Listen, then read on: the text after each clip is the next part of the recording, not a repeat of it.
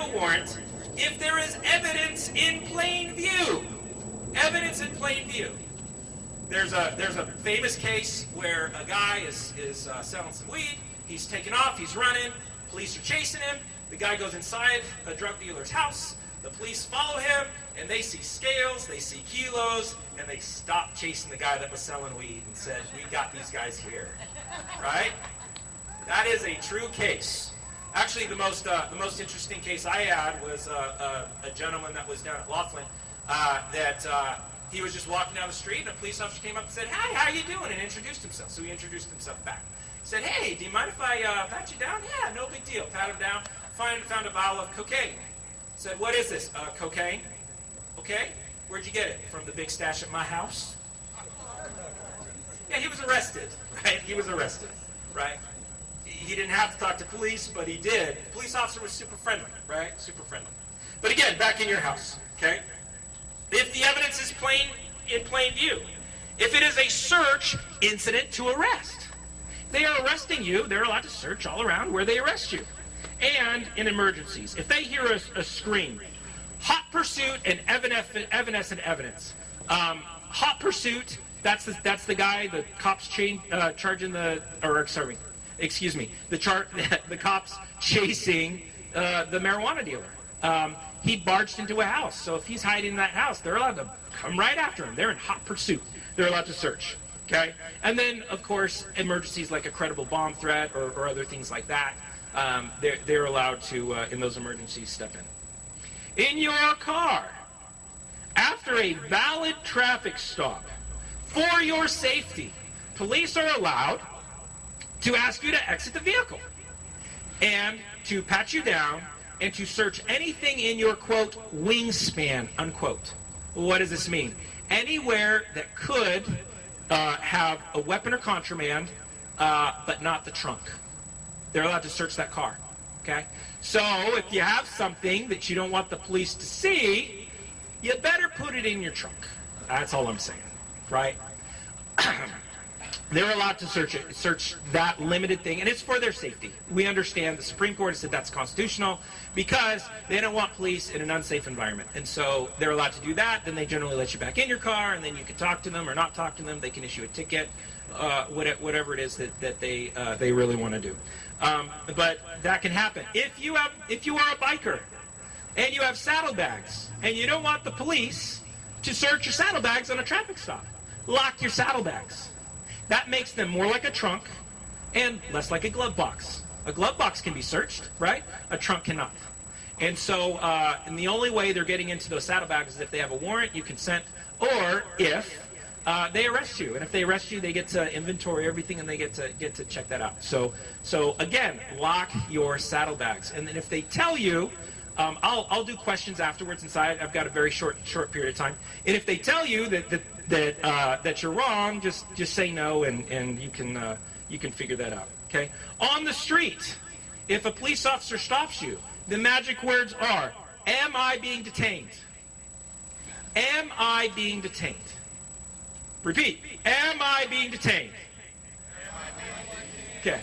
If the answer is yes, you give them your legal name and you be quiet.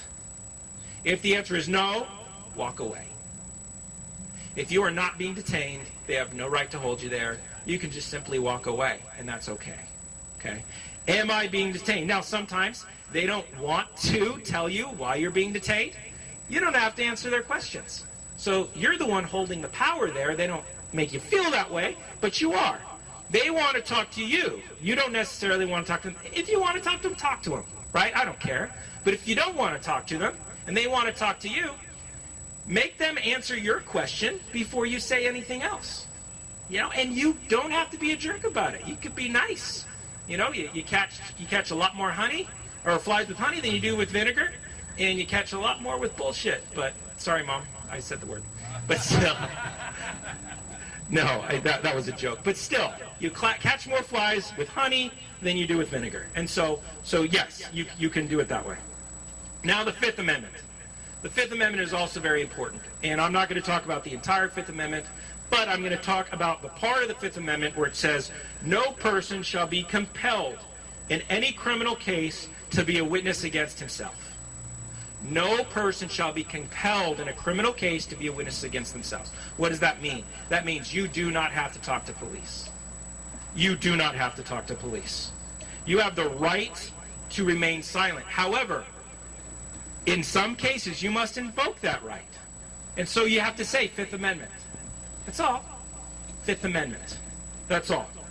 And it also means that if you are being detained and they are questioning you, if you are not free to leave and they are questioning you, you have the right under the Fifth Amendment to an attorney. The Fifth Amendment right to counsel says that if you invoke that, if you say, I want my attorney by my side, I do not want to talk to you until I have an attorney or have the opportunity to talk to an attorney, they must stop their questioning until you have that opportunity. They must do that.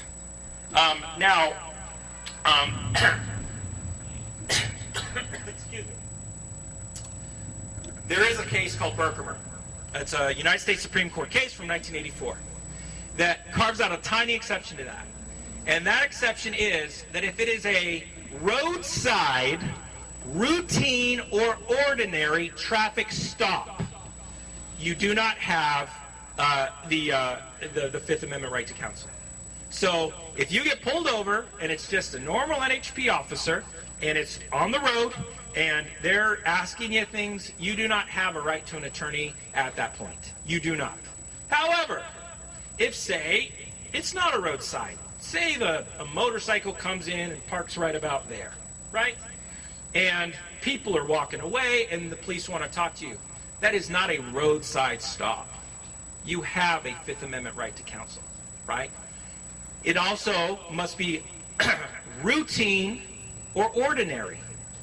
If a whole bunch of people with police on their chest in tactical gear want to talk to you in a traffic stop, you have the Fifth Amendment right to counsel, because that is not an ordinary or a routine traffic stop. If you know the people and they happen to be criminal intelligence gang task force, if they happen to be that, that is not a routine or ordinary traffic stop. And there are certainly some cases that we're fighting right now, but that is what Berkemer says. And that is what I'm telling people. Never, never, never answer the question, have you been drinking tonight? Never. If you say no, and they have any inkling that you might have been, say you're leaving a bar, and maybe they say they smell something on your breath, they now have probable cause to arrest you for obstruction.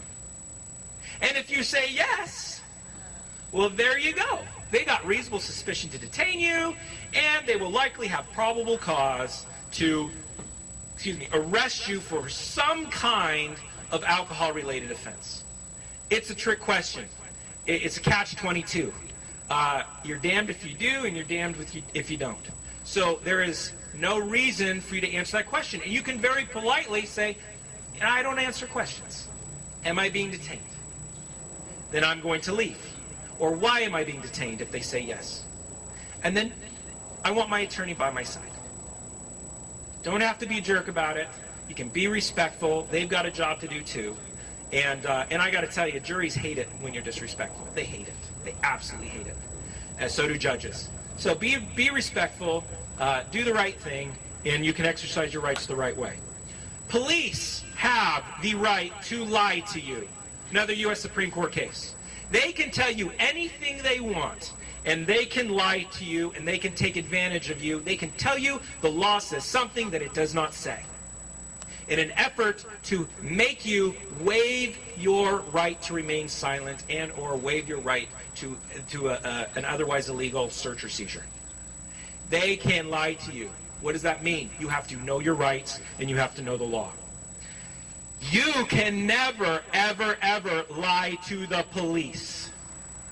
That is at least a misdemeanor, right? And then they can put you in jail, and they can put you in jail for up to 6 months. You can never, ever, ever lie to police. Doesn't seem fair. That's the law. We get to deal with it. You have to know the criminal laws. You have to know the federal laws. You have to know the state laws. You have to know the municipal laws. Kind of interesting, if you drive from Boulder City with a pocket knife in your pocket, and you drive from Boulder City and you go through Henderson, and then you go through Las Vegas and North Las Vegas, you could have, in fact, committed a felony depending on how large the blade of your knife is. A pocket knife. 3 inches. That's the magic number. If it's 3 inches, you could have, in fact, if it's greater than 3 inches, you could have then become a felon simply by having a pocket knife in your pocket and driving from Boulder City through Henderson, through Las Vegas, through North Las Vegas. Because the laws are different. The laws are different. And it's the local laws. And then local laws are used for the state laws, and it can be a felony. Ways to protect yourself. Number 1, document and videotape everything. Just do it. If somebody's talking to police, be a friend, pull out your camera, and just videotape it, right? You can always delete it later. Be respectful, don't intrude on that police officer, don't be a jerk, but you can simply record. Number 2, be honest at all times. Honest at all times. Again, it's good, important for credibility, it's important for future lawsuits, it's important so you don't go to jail for lying to a police officer. Know the laws. You have to know these laws. If you don't know your rights and you don't know your laws, you're sunk. You're walking into a used car dealership without doing any research or knowing anything and just trusting that that used car salesman is going to tell you everything that's the truth and give you a great deal, right? If you don't know the laws and you don't know the Constitution, then that's what you're doing in essence. So know the laws. Keep your cool. Just keep it. There's no other way to say that, okay? And then respectfully invoke your rights when appropriate. Respectfully. One other little tip, if you're asking a question, you are not making a statement. If you can learn to and master the art of asking questions, then you can, in fact, have a conversation with police and get some information without ever making an admission. And so don't do it unless you're a master, though. But if you have to say something, it's like Jeopardy. Phrase it in the form of a question.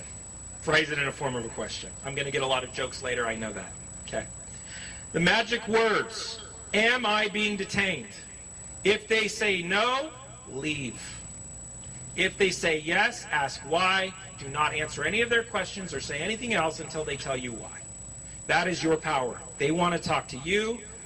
Just let them tell you why you're being detained. Before that, be respectful and don't be a jerk. Okay? I'm going to do this one more time, and then we're going to close off. Okay?